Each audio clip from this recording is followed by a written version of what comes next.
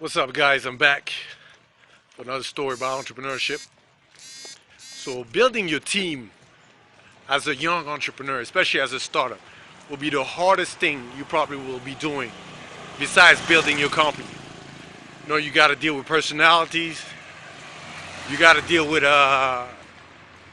job description, you need to define the roles of the different people you'll be hiring. So, what you need to focus on a small team, you need to combine the task instead of, for example, business development and looking for somebody in business development. You can look at tasks that can be combined. Business development can go with marketing, for example. That's one of the things you need to focus on. So, what should you be looking for when you build your team? I think the first thing is problem solving. A lot of time, my experience is people don't want to deal with problems. They just want to play their task, do their job, go home. But you want somebody who can solve problems. You want somebody who can be independent from you in the long run, so you don't have to babysit. Decision making, somebody can make decision. Okay, I solved that problem. That's the decision we need to take, and they take that decision. Not fear failure, which is the biggest hurdle for a lot of people. They don't want to be judged. They don't want to be one of those guys that fail, but you have to allow them to fail because that's how they're going to learn.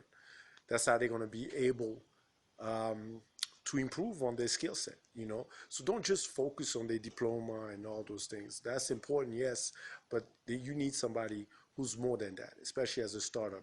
You don't want to be there doing everything for them. You don't want an employee. You want a team member. You want somebody, a colleague, or somebody who's going to build this company with you.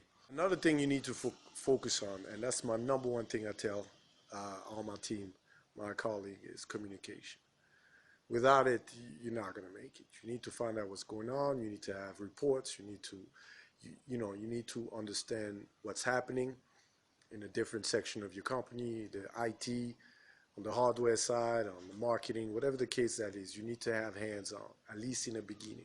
As you grow, as your company grow, then you don't have to be hands on that much, but in the beginning you have to. So you don't need to be there day to day. Just ask for a report. But communication is key. If that person don't have communication, it's a done deal for me. If they're scared, if I have to always ask them a question, what's happening, it's a problem for me. Another thing, start as a consultancy. You don't want to hire them full time as an employee. It's extremely expensive, especially in Rwanda. Firing somebody is extremely expensive unless they're making mistakes, obviously.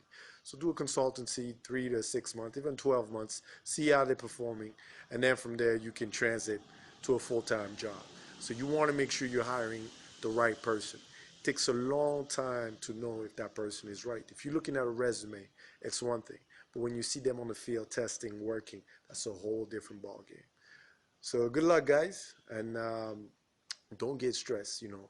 There's a saying: take your time to hire, but fire quickly if that person is not performing. And I truly believe that because a bad employee can be a cancer to your business, and I'm not lying to you.